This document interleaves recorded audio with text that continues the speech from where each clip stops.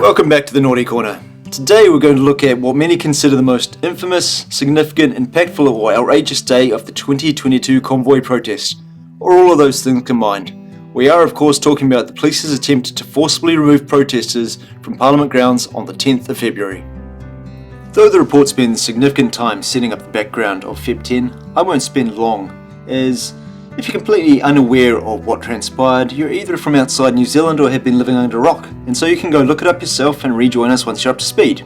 That said, I will do a brief refresher to set the scene.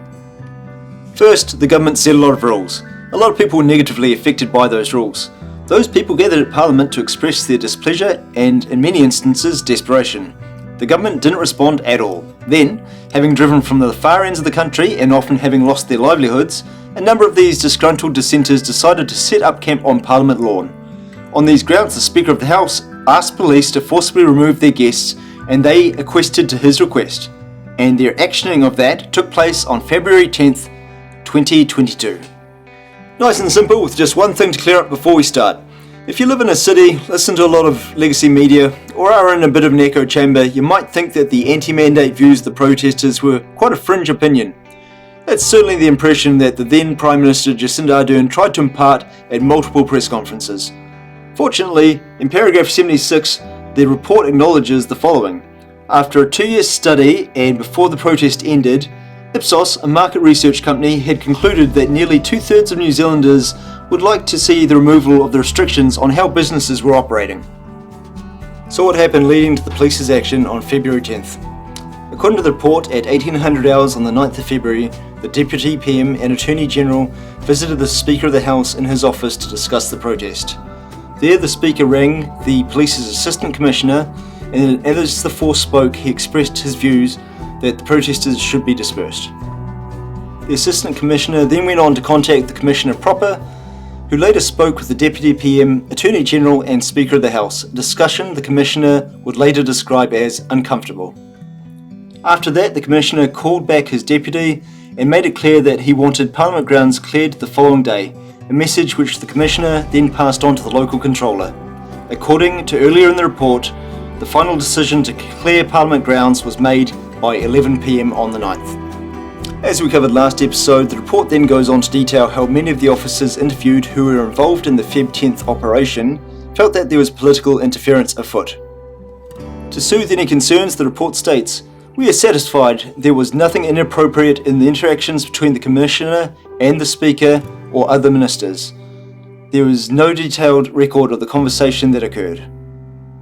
Shortly thereafter, the report again reiterates that there was no undue political interference, this time citing a letter dated on the 22nd of February from the Attorney General to the then Minister of Police as proof.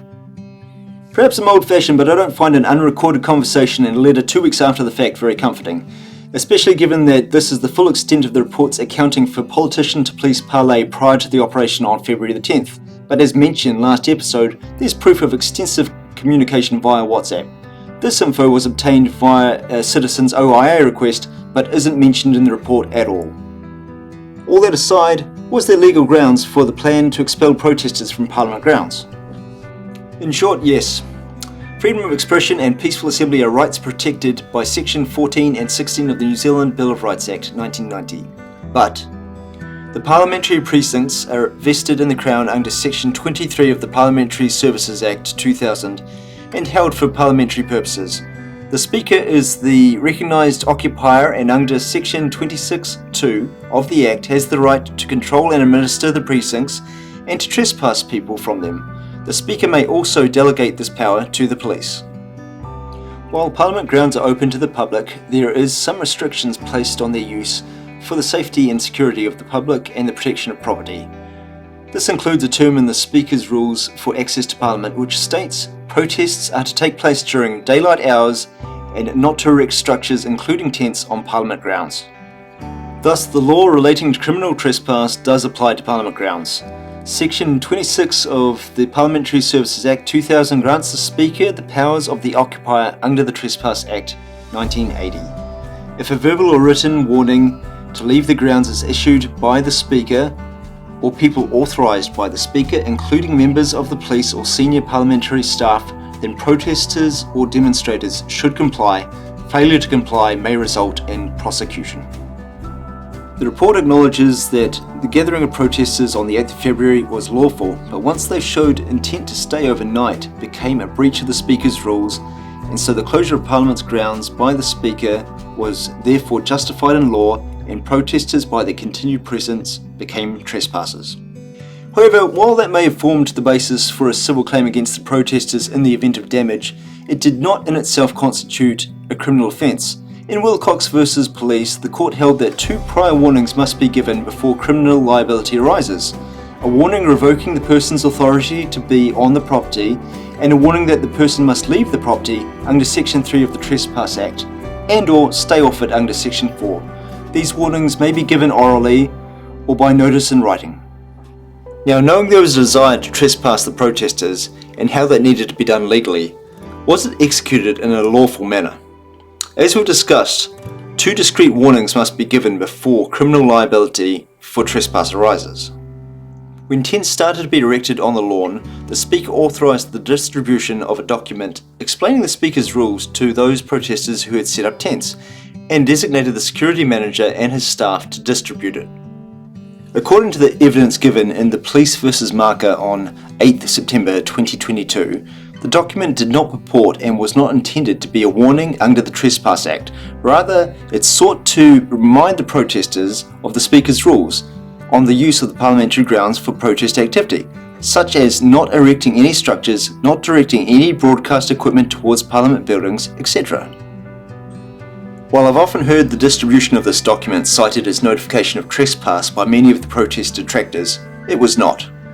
As the report states, the existence of written conditions buried in the Speaker's records is not sufficient to revoke the right of the public to be on the land even if they are not meeting those conditions. Nor is the distribution of a document setting out these rules, even if it had been handed to everyone on site, since they do not themselves carry any legal force. On the morning of the 10th, it was decided that police would issue warnings over a loud hailer for people to dismantle the camp or they would be trespassed.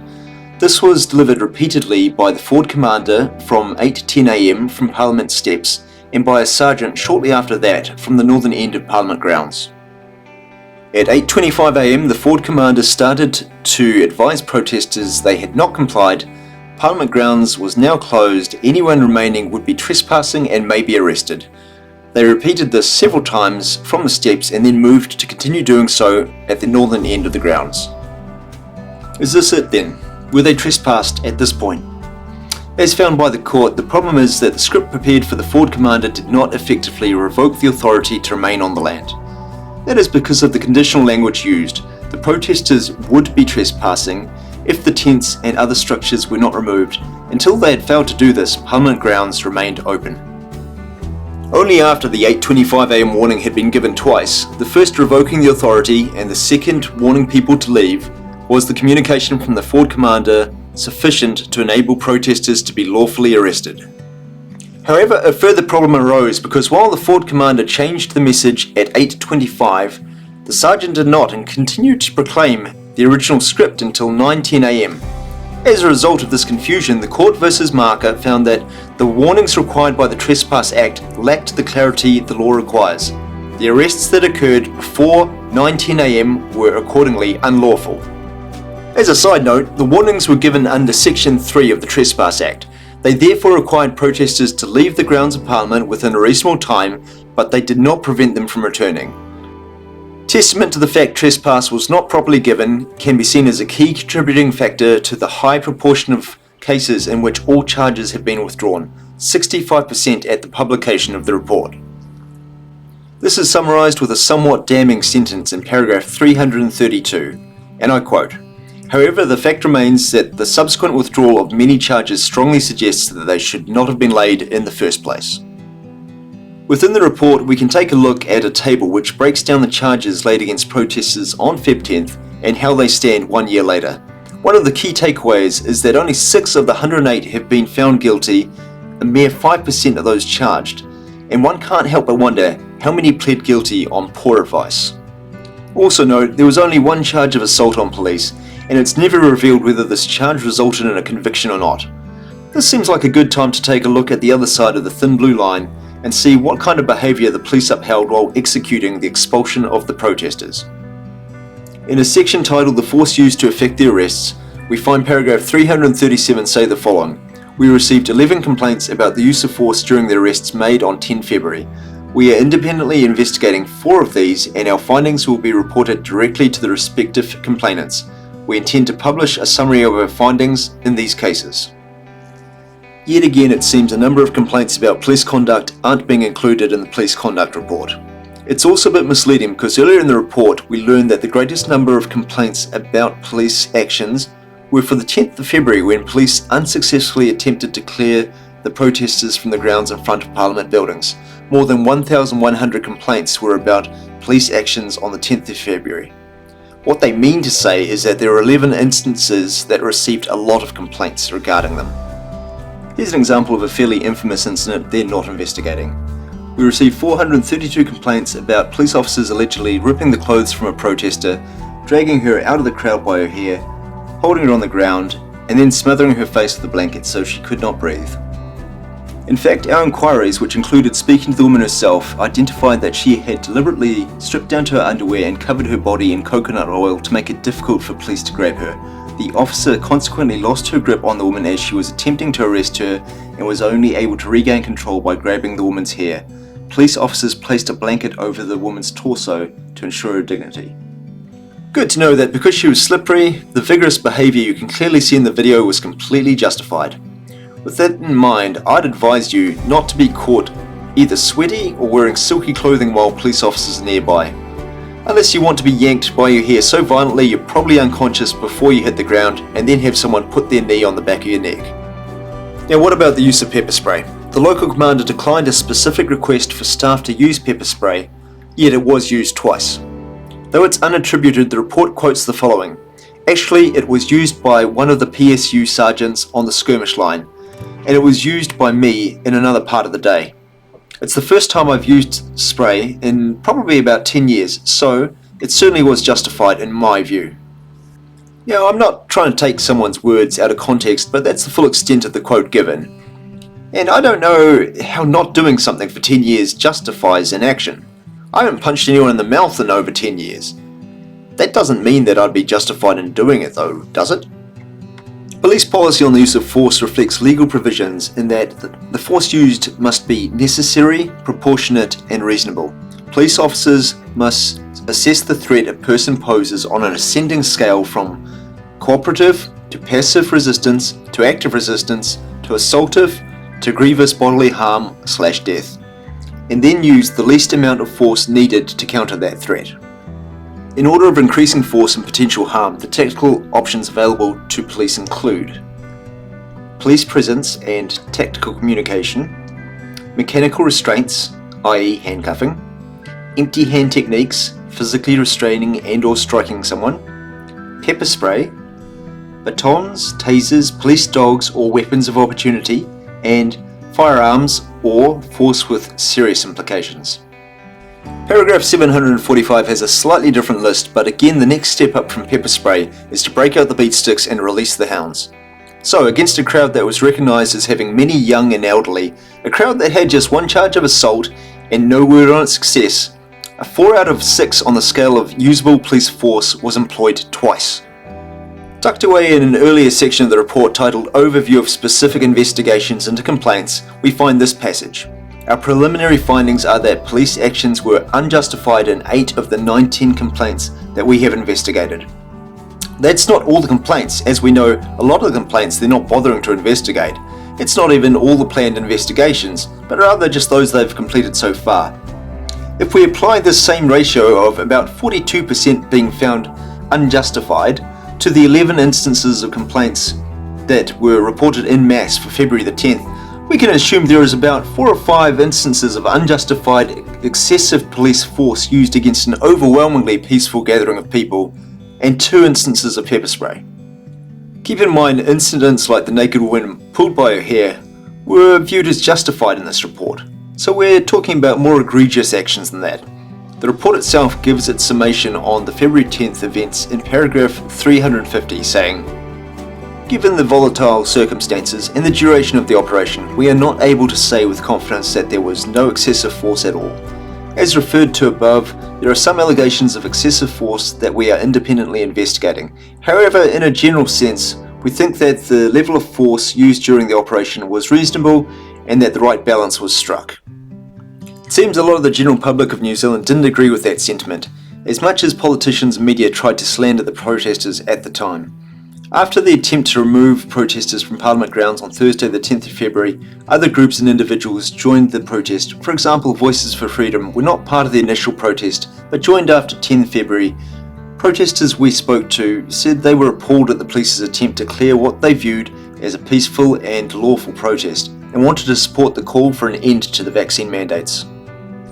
The significance of the February 10th events can't be overstated. As was felt at the time, and as this report confirms, a lot of innocent New Zealand citizens were unlawfully assaulted and arrested on that day.